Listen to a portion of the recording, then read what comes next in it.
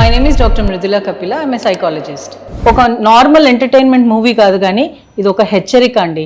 మన చుట్టూ జరుగుతున్న, సమాజంలో జరుగుతున్న చాలా మటుకు ఉన్న ప్రాబ్లమ్స్లోంచి అసలు మనుషులు ఎలాగా దిగజారిపోతున్నారు వాళ్ళ విలువల్లో.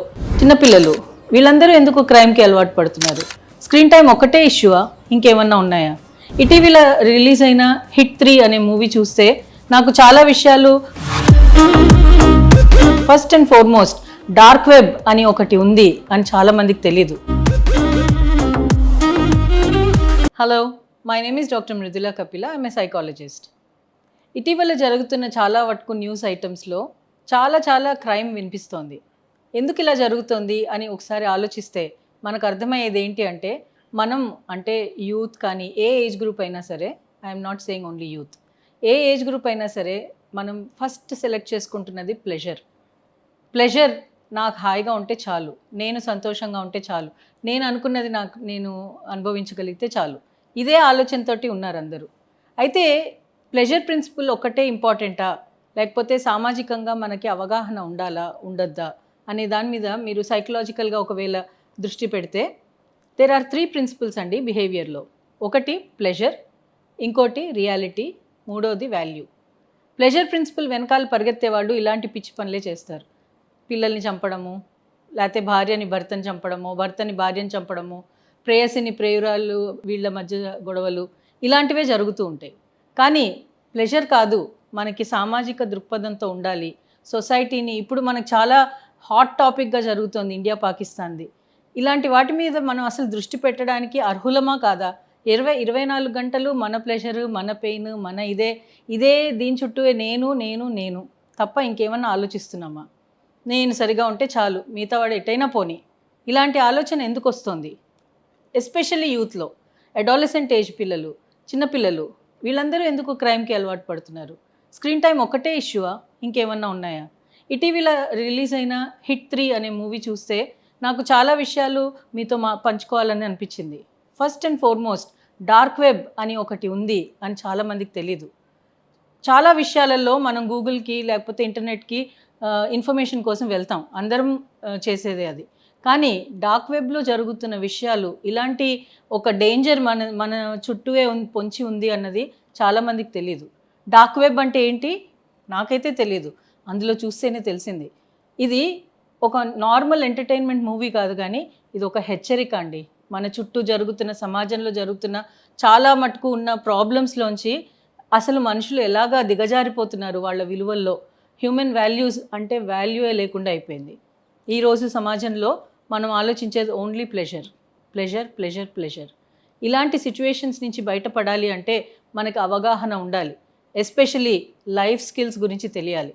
లైఫ్ స్కిల్స్ అంటే ఏంటి? హాయిగా సర్వైవ్ అవ్వాలి, 10 మందికి ఉపయోగపడాలి అంటే మనం ఎలాగ మనం మలుచుకోవాలి, మన స్కిల్ సెట్ ఏంటి, మనలో ఉన్న ఆలోచన దృక్పథాలు ఎటువైపు వెళ్ళాలి, మన పాయింట్ ఆఫ్ వ్యూని ఎటు ఛానల్ చేస్తే అది 10 మందికి ఉపయోగపడతాయి, మనం కాంట్రిబ్యూటివ్గా ఎలా ఉండగలుగుతాము, ఇలాంటి విషయాలు ఆలోచించకుండా ఉంటే ఈ ప్లెజర్ ఒక్కటే కనబడుతుంది.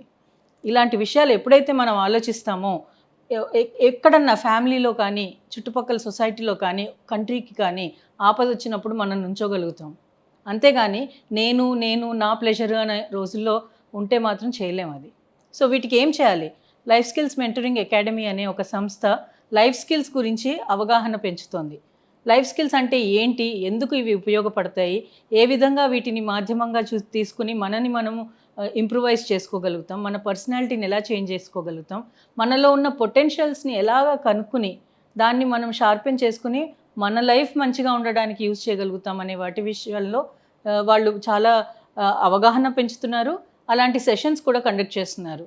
ఇలాంటి సెషన్స్ని అందరు యూత్, చిన్నపిల్లలు, పేరెంట్స్, ఏ ఏజ్ గ్రూప్ వాళ్ళైనా సరే ఫాలో అవ్వాలి. అప్పుడు మనకి లైఫ్ స్కిల్స్ అంటే ఏంటో అర్థమవుతుంది, అండ్ అది ఎలాగ మనం సాధించాలి అన్నది అర్థమవుతుంది. ఇటీవల హిట్ 3 అని ఒక మూవీ రిలీజ్ అయింది. ఆ మూవీలో డార్క్ వెబ్ గురించి ఎక్స్ప్లెయిన్ చేశారు. డార్క్ వెబ్ అంటే ఏంటి, ఈ వెబ్లో ఉన్న ప్రాబ్లమ్స్ ఏంటి, మనకి ఏ విధంగా అది డేంజర్ సిగ్నలో అర్థం కావాలి అంటే అవగాహన పెంచుకోవాలి. ఈ మూవీలో చాలా బాగా దీని గురించి ఎక్స్ప్లెయిన్ చేయగలిగారు. అలాంటి సిచ్యువేషన్స్ నుంచి యువత ఎలా బయటపడాలి అనే దాని గురించి కూడా, ఎంతమంది అమ్మాయిలు ఇలాంటి వాటికి బలి అవుతున్నారు, ఇలాంటి హత్యా నేరము, ఇలాంటి ప్రాబ్లమ్స్ అవన్నీ ఎంత సొసైటీలో సీపిన్ అయ్యాయి అన్న వాటి గురించి చెప్పారు. అయితే క్రైమ్‌ని ఇంత డీటెయిల్డ్‌గా చూపించిన వాళ్ళు దాని గురించి ఉన్న పనిష్మెంట్‌ని కూడా అంతే విధంగా చూపించగలగాలి. ఎందుకు అంటే పనిష్మెంట్ దీని కాన్సిక్వెన్స్ ఒక క్రైమ్ చేస్తున్నాము అంటే దాని కాన్సిక్వెన్స్ ఎలా ఉంటుంది? దాని కాన్సిక్వెన్సెస్ తోటి భయపడాలి జనాలు. అప్పుడు క్రైమ్ అంటే భయం ఉంటుంది. అంతేగాని సిట్యుయేషన్స్ ఇలా జరిగాయి, ఇంతవరకు అయింది అని చెప్పి దాని తర్వాత ఏం జరుగుతుంది అన్న సంగతి అందరికీ అర్థం కావట్లేదు. కాన్సిక్వెన్స్ అనేది అంటే ఈ క్రైమ్ ఒకటి జరిగింది, ఇలా ఒక ఇన్సిడెంట్ అయింది అంటే దీని తర్వాత ఏం జరుగుతుంది? పోలీస్ వాళ్ళ ఇంటర్వెన్షన్ కానియండి, లీగల్ ఇంటర్వెన్షన్ కానియండి, పర్సనల్ లైఫ్ ఎలా చెల్లాచెదురు అయిపోతుంది. ఇలాంటి విషయాల గురించి యూత్‌కి బాగా అర్థం అవ్వాలి. ఇప్పుడు చాలామంది డ్రగ్ అడిక్షన్ కానీ, అడిక్షన్స్ మీద ఆధారపడి వాళ్ళు ఏం చేస్తున్నారు, ఆ అడిక్షన్ కోసము ఏదన్నా చేయడానికి రెడీగా ఉన్నారు. అందరూ అంటే అడాలసెంట్ పీపుల్. సో ఈ సిట్యుయేషన్స్‌లో వాళ్ళకి తెలియాల్సింది ఏంటి అంటే పాక్సో యాక్ట్ కానీ, లేతే ఇలాంటి క్రిమినల్ యాక్టివిటీస్‌కి ఇలాంటి కాన్సిక్వెన్సెస్ ఉంటాయి, ఇలాంటి రిజల్ట్స్ ఉంటాయి. వాళ్ళ లైఫ్ దాని మూలాన ఎలా పాడైపోతుంది అన్న విషయాలు వాళ్ళకి నేర్పించాలి. నాకు హిట్ 3లో నచ్చింది ఏంటి అంటే ఆ పోలీస్‌మెన్స్ పర్స్పెక్టివ్. ఆ పోలీస్‌మెన్ ఎంత పర్ఫెక్ట్‌గా దాని గురించి అంటే అంత లోతుగా దాని గురించి వెళ్ళి అది బయట పెట్టందే అవగాహన రాదండి. మనకెందుకులే, మీరెందుకు, మేమేమి దానికి బాధ్యులం కాదు కదా, మాకేం జరగలేదు కదా ఇలాగా, మాకు జరగలేనప్పుడు నేనెందుకు రియాక్ట్ అవ్వాలి అని కాకుండా అదొక క్రైమ్‌గా పరిగణించి దాన్ని పర్సిస్టెంట్‌గా ఫాలో అప్ చేసి దాన్ని బయటపెట్టి ఇంతమందికి అవగాహన తేగలిగారు. That is very good. And ఈ విషయంలో especially cyber crimes, cyber security విషయంలో చాలామందికి చాలా అవేర్‌నెస్ ప్రోగ్రామ్స్ ఇవ్వాలి. And it is the need of the hour. లేకపోతే అటు టెర్రరిజం నుంచి ఇటు పోర్నోగ్రఫీ దాకా ఏదన్నా అవ్వచ్చు. Everybody is in danger. మన ఫోటోగ్రాఫ్స్ కూడా మార్ఫ్ అవుతున్నాయి. ఎక్కడ ఎప్పుడు ఎలా చూపిస్తారో మనకు అర్థం కాదు. సో ఇలాంటి వాటి గురించి చాలా చాలా ఇంపార్టెంట్‌గా ఎక్స్‌ప్లెయిన్ చేయవలసింది. ఇవాళ రేపు చిన్న పిల్లల చేతుల్లో కూడా మొబైల్స్ ఉంటున్నాయి. వాళ్ళకి ఫోటోలు తీసుకోవడం వచ్చు, షేర్ చేయడం వచ్చు. వాళ్ళకు కూడా అవగాహన ఉండాలి. లేకపోతే ప్రాబ్లమ్ అవుతుంది. పేరెంట్స్ కానీ, అడల్ట్స్ సూపర్విజన్ చాలా ఇంపార్టెంట్. అండ్ ఈ విషయంలో వాళ్ళనందరినీ ఒక మార్గదర్శకం ఇవ్వడం, ఛానలైజ్ చేయడం చాలా ఇంపార్టెంట్.